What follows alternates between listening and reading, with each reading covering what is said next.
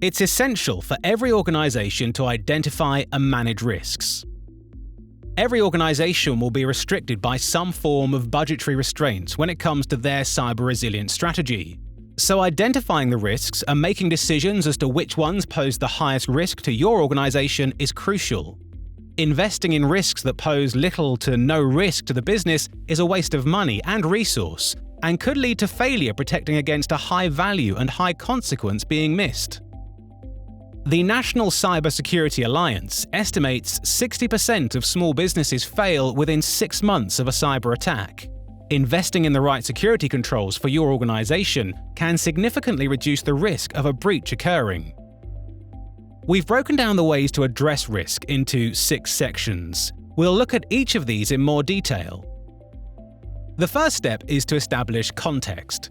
Organizations should ask themselves, why are we starting a cyber resilience project? Or what are we worried about? This will help the stakeholders to understand what they're trying to achieve, including legal and regulatory requirements. Many of the requirements in this step are laid out by the governance team. We'll look at governance and the role it plays within the organization in closer detail later in this course. Next, organizations need to establish the criteria for risk assessment and risk acceptance. Every organization should document the risks identified within the organization and the process they plan to use to address those risks, like a risk assessment.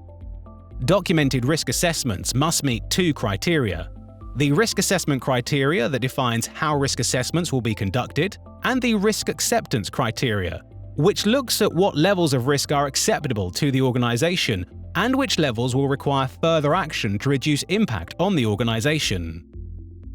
Setting out your risk assessment criteria enables a uniformed approach to addressing risk and ensuring that all risks are evaluated equally.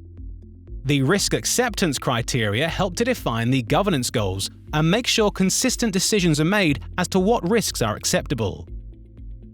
Risk identification starts by identifying assets that require protection. The scope of the management system should help identify which assets should be considered. We'll look at management systems in more detail in the next module. Using a wide range of inputs when identifying risk helps to ensure all significant risks have been considered. Once risks have been identified, it's good practice to assign a risk owner. This person is accountable for ensuring the risk is understood and that appropriate action is taken to protect it.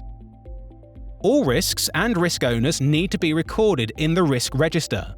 This must be maintained and kept up to date to preserve the integrity and accuracy of the information. Risk registers usually include details of the assets, the threat to those assets, and the vulnerabilities that might lead to the threat successfully compromising the assets.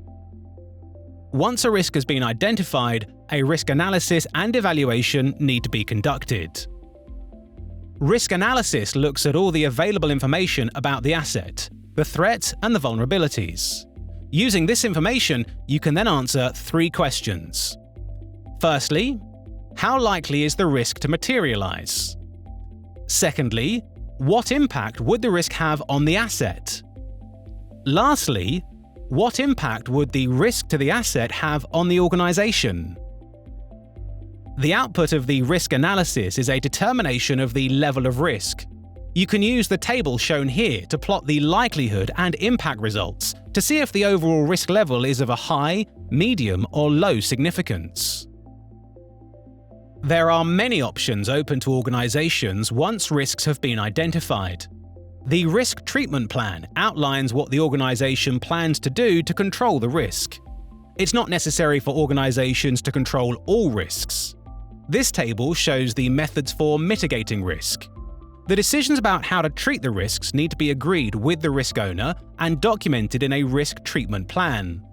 This plan must be communicated, reviewed, and approved by someone of the appropriate authority level within the organization. The last stage is to monitor and review the findings. It's not sufficient to carry out the assessment, document the risk and plan to mitigate it, and then file and forget it. Plans must be in place to monitor and review the risks identified to maintain the integrity of the data.